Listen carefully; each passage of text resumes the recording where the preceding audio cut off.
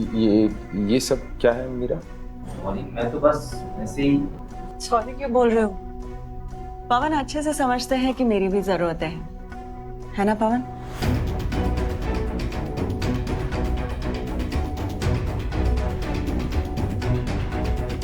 श्री के मैं तेरी मौत चोट दूंगा। तू मेरे घर आया कैसे? छोड़ दो, मेरे घर आया है। सामने चला, शर्म नहीं आई तुझे? चला दो, ऐसे भी मार ही दिया है तुमने मुझे। सिर्फ सांसें चल रही है। जान तो आपने भी ली है, बस फर्क सिर्फ इतना है कि उसकी सांसें अब तक चल रही, पर अंदर से तो वो कब की मर चुकी है। तुमने तो कहा था जब मैं नहीं हूँ बुला लिया करो, और अब जब बुलाया है तो वैसा बुलाओगे, बाहर डालोगे। मेरी भी जिंदगी है कि नहीं कुछ? दे पाए शारीरिक सुकून, बस एक खिलौने की तरह बना के रख दिया है। जब दिया चाबी डाला और नाचती नहीं तुम्हारे इशारों पर।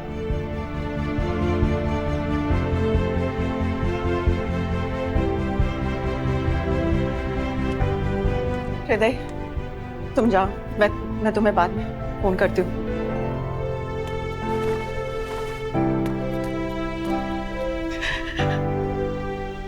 एक बार बोल तो दिया होता। क्या फर्क पड़ता, समझते तुम। कोशिश करता समझने। कोशिश? तुमने कभी भी किसी और के बारे में सोचा है खुद के अलावा? तुम्हारे अंदर कुछ भी नहीं बचा है पवन, सिर्फ आकार बचा है इस वर्दी का। डिवोर्स दे दो मुझे, क्योंकि अब मैं अपनी खुशी के लिए सब कुछ करूंगी जो तुम सह नहीं पाओगे।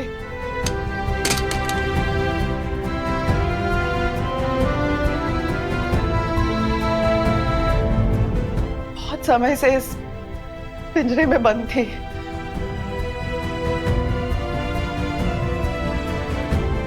थोड़ी खुली हवा खाकर आती।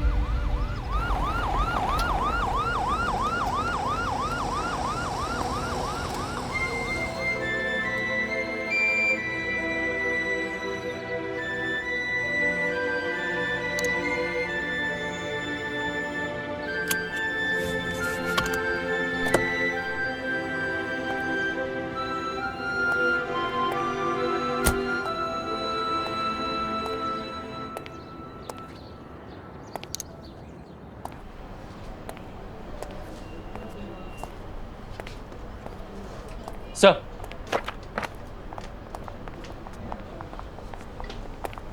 ये मोना के कन्फेशन। सर इसी में ही पूरे हफ्ते की डिटेल्स, मोना कहाँ गई थी, किस किस से मिली थी। नो, इसके अलावा हमारे पास और कोई सबूत नहीं है, और मोना के कन्फेशन काफी हमसे जेल पहुंचाने। सही कहा सर आपने। ये श्रीवास्तव सर कब आ रहे हैं? उनकी फाइनल रिपोर्ट उनके सामने खुलेगी। सर अभी आने में।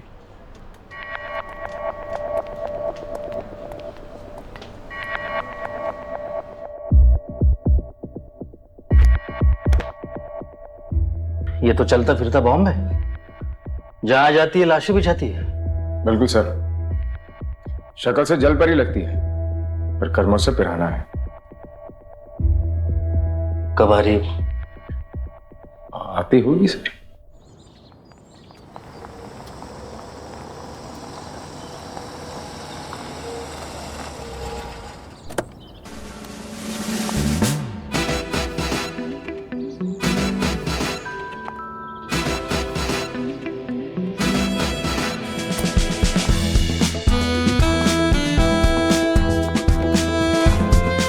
चले तनेजा जी।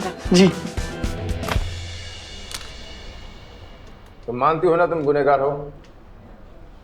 हाँ। सर मोना जी।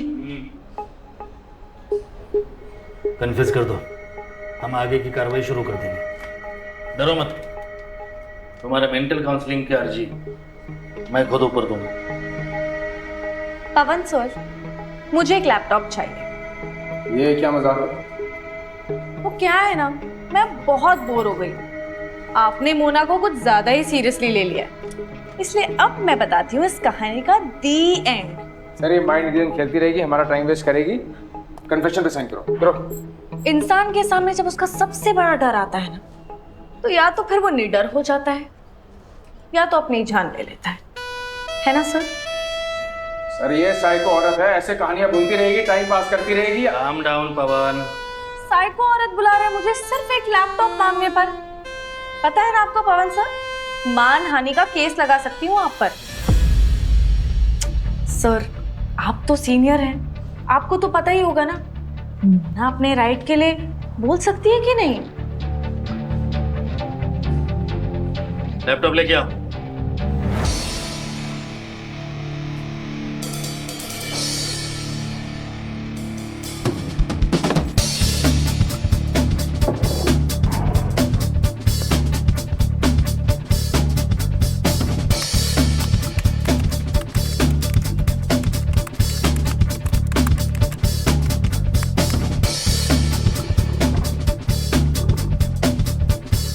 हाय, मैं हूँ मोना और आज मैं आपको सुनाने वाली हूँ मोना की मनोहर कहानियां।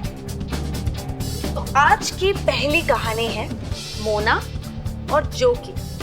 जो यानी जोगिंदर। और इस कहानी में आपको पता चलेगा कैसे जोगिंदर अपनी फैंटेसीज को पूरा करने के लिए मोना और अपने दोस्त मनोज के शारीरिक संबंध बनवाता है, और कैसे इन दोनों से मोना बदला लेती है। एक मिनट, एक और है, ये लीजिए। तो अगली कहानी है मोना और रवि की। और इस कहानी में मोना और रवि एक फोटो स्टूडियो में मिलते हैं, और आप देखेंगे कि कैसे रवि मोना को दर्द पहुंचाकर अपनी वासना को पूरा करता है। रवि ने ना मोना को सिर्फ धोखा नहीं दिया, उसके वीडियोस इनफैक्ट उसने इंटरनेट पे बेच दिए, और जो मोना को धोखा देता है ना, वो सीधा ऊपर की फ्लाइट पकड़ता है। एक और कहानी बाकी है सर, बहुत इंटरेस्टिंग है। तो अगली कहानी है the velvet heaven massage parlour.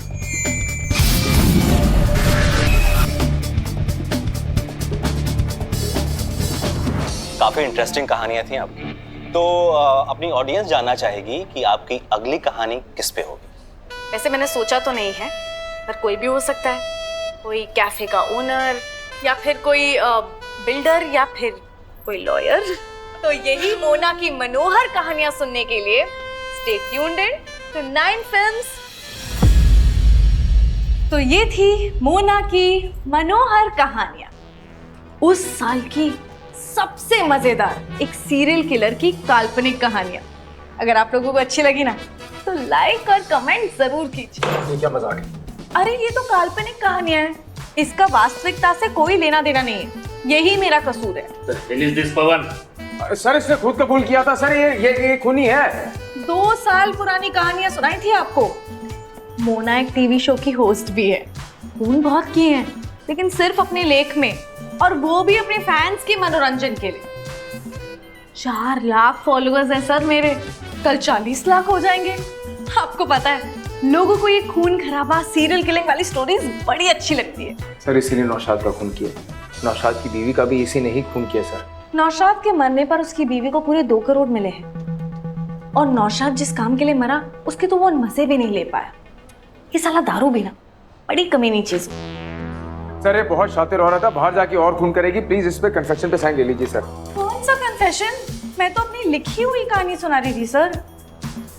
एक मिनट मैडम, आप जानती है पुलिस को इस तरह गुमराह करने पर आप पर केस भी हो सकता है।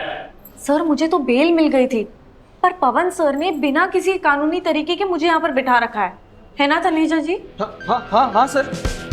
ये देखिए बेल पेपर्स सर। ये तो बस यहाँ पे पवन सर के बुलाने पे आती थी। हाँ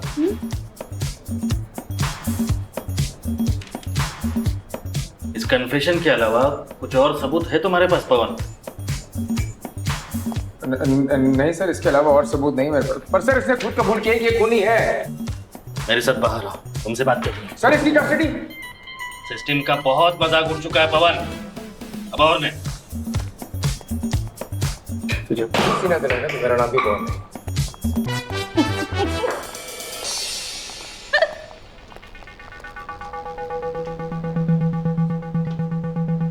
क्या बात है मैडम जी।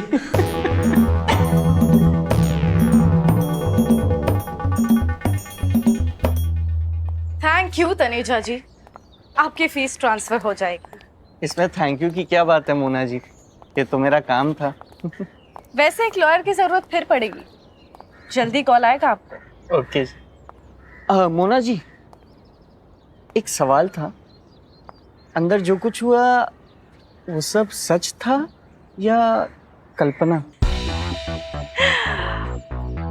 सच क्या झूठ क्या, जिंदगी क्या मौत क्या, विश्वास क्या धोखा क्या, तुम क्या मैं क्या, सब कुछ एक कल्पना है जो आपको अंदर से उजागर करती है और बाहर से तबाह। और ऐसी ही कहानियों के लिए सुनते रहिए मोना की मनोहर कहानियां।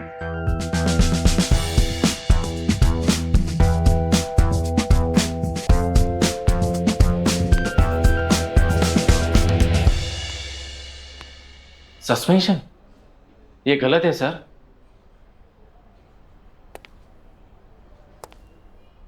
चौबीस घंटे में 2 औरतों से हार मान चुका हूं।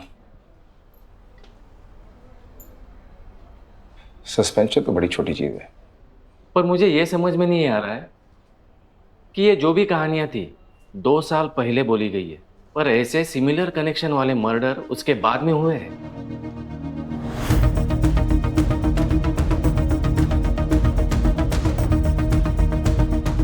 कहीं ऐसा तो नहीं कि पहले कहानियां लिखती हो, फिर पात्रों को ढूंढती हो और फिर पात्रों के जरिए अपनी कहानियों को वास्तविकता देती?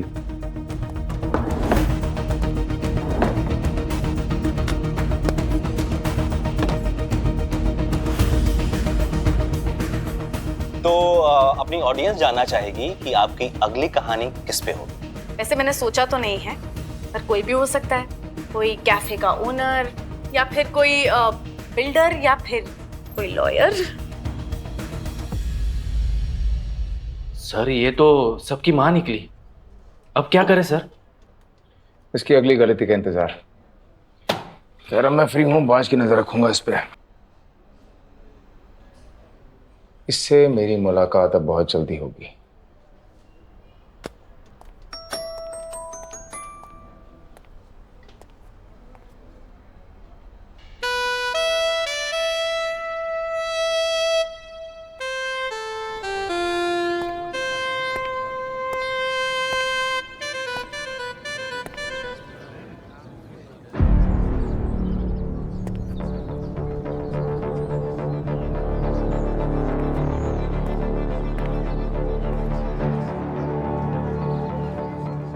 अरे पवन सर, आपकी वर्दी कहाँ गई?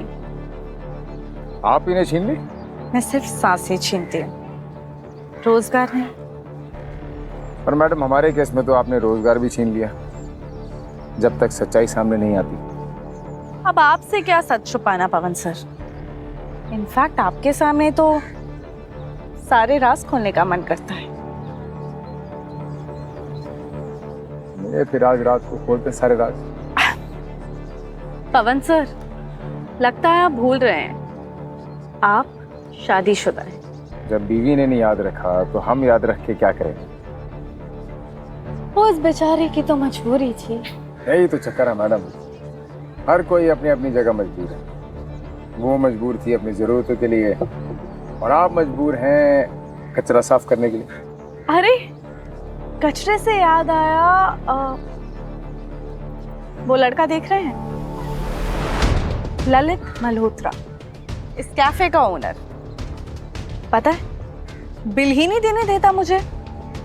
देर रात होती है तो घर ड्रॉप कर देता है और कई बार तो घर भी आ चुका है। बहुत ख्याल रखता है वो मेरा। कहता है कि मैं उसका ट्रू लव हूं। मोना। Okay okay. मुबारक हो मैडम, आपको आपका ट्रू लव मिल गया। क्या ये सब मुझे क्यों बताया जा रहा है? बीवी से अलग हो चुका है लेकिन डिवोर्स ही नहीं ले रहा। इस कैफे की 2 स्टाफ मेंबर्स के साथ भी उसका चक्कर चल रहा है और पता है, एक बार डांसर के साथ भी रातें बिताता है। तो अगला शिकार यही है। अरे मैं तो ये सब आपको इसलिए बता रही हूँ कि कल को अगर आपने किसी अखबार में पढ़ा कि एक कैफे का ओनर ड्रग्स के नशे में अपनी गाड़ी को खाई में लेकर चला गया, तो मोना को जरूर याद कीजिएगा। पता नहीं ये सब करके तुम्हें क्या मिलता है, पर अब मैं ये नहीं होने दूंगा। कैसे रोकेंगे मुझे? पता नहीं, या ये भी हो सकता है कि मैं बताना नहीं चाहता, पर मैं तुम्हें रोकूंगा जरूर। मतलब मोना पर से फोकस नहीं हटा पाएंगे आप? मैडम अब तो टाइम ही टाइम है, अब तो फोकस ही आप पर है। बाज की नजरों से आप पर फोकस रहेगा मेरा। और मेरी आप पर।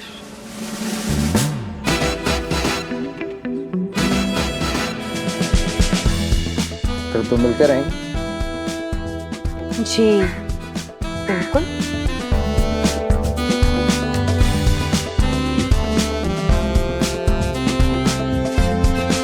बाय।